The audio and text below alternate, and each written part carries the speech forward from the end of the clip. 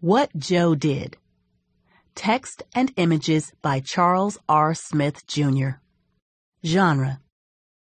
Fiction often has characters and events that seem real. As you read, try to picture this story taking place where you live, with people you know. Question of the week.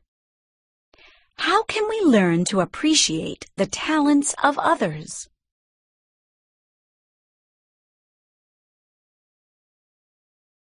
Little Joanna Marie loved to play basketball.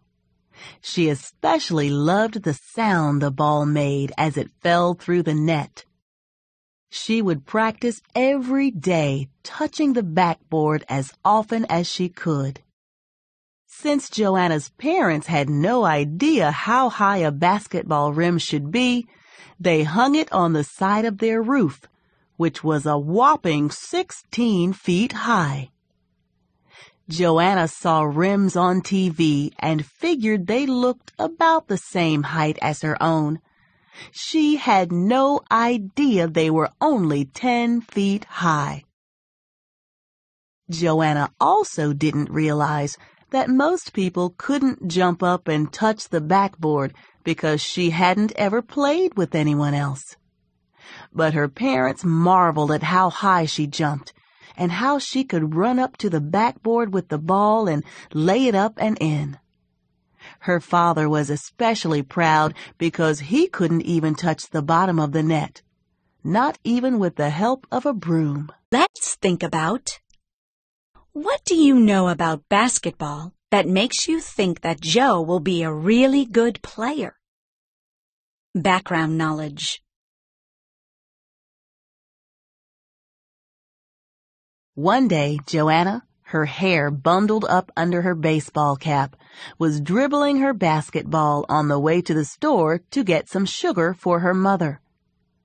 Her mother said that she didn't have to hurry home as long as she was in by dark. As Joanna moved down the street, a basketball came rolling out of nowhere and bumped her high tops. "I'm sorry, man.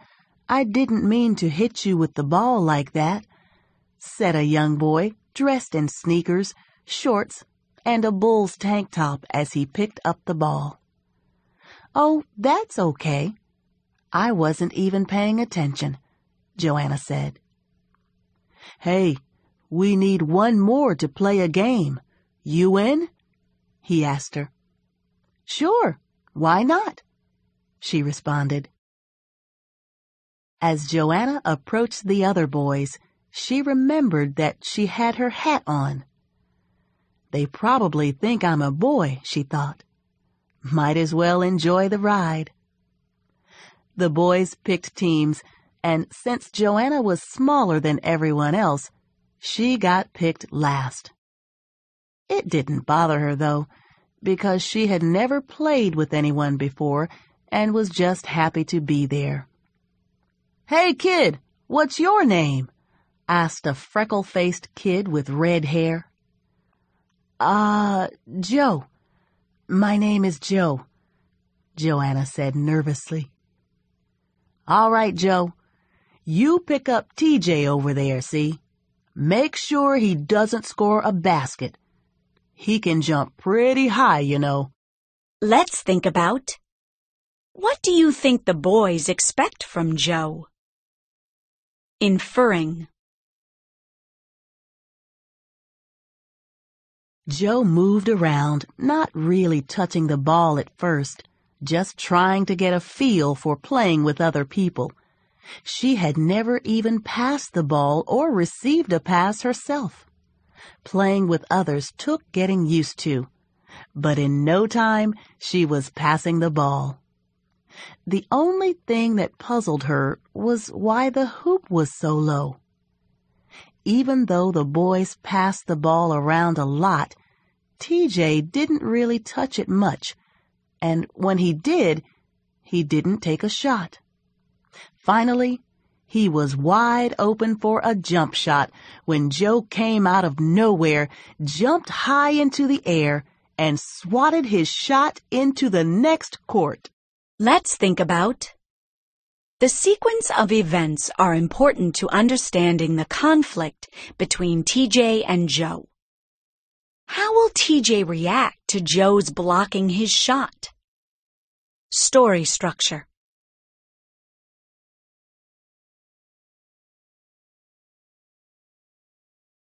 Wow! Did you see that? Did you see how high he jumped? The freckle-faced kid said, his mouth wide open. I've never seen anybody jump that high, not even Michael Jordan, said the kid with the Bulls jersey on. Unbelievable!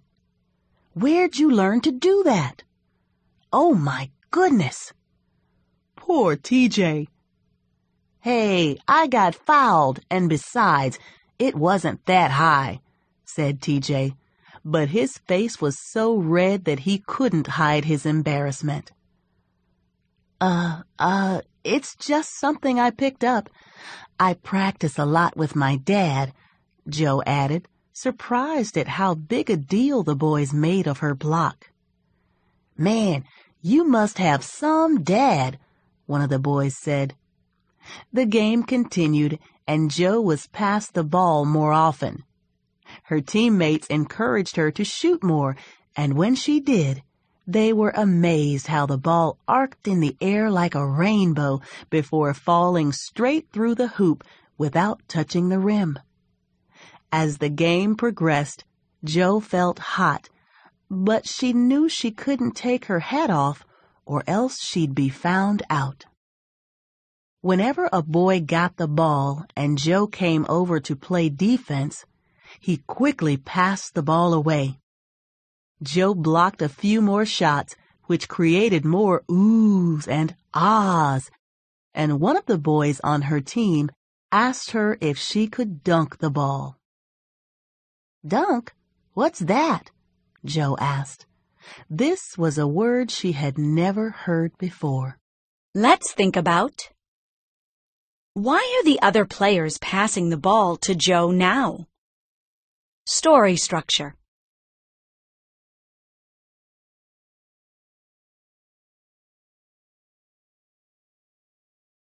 A dunk.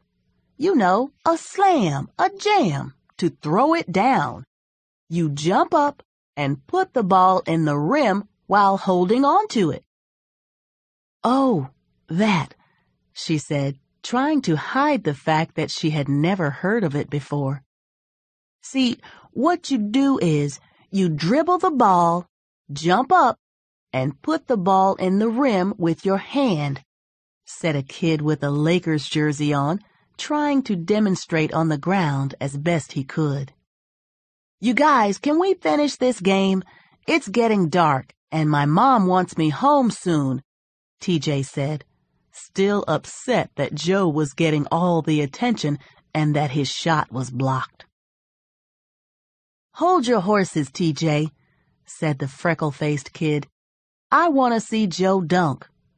I'll bet that he can dunk it better than Michael can. Well, I'll give it a shot, Joe said, curious herself to see if she could dunk. She started at half court, dribbling the ball quickly, and headed straight for the rim. As she approached, she remembered how high her basket was and realized that this one was much lower. Maybe she could jump a little farther out and dunk the ball through. As she got to the free throw line, she lifted her left leg up and went flying into the air till she was so high she was looking down on the hoop.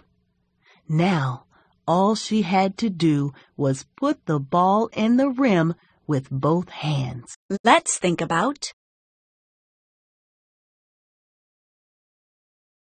She was up there for a while before she felt her hands on the rim, the ball going through, and her feet touching the ground. When she landed, all of the boys' mouths were hanging open, and for a moment they were speechless.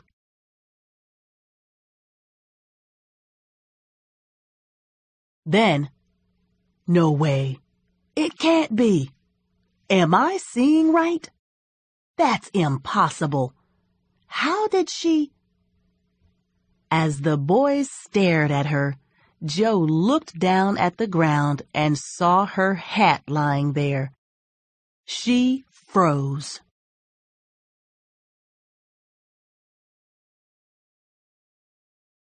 So, like, you're a girl? Said the kid with the Lakers jersey. Yeah, you could say that, Joe answered slowly. I can't believe it, you guys. We've been playing basketball with a girl, TJ said with disgust.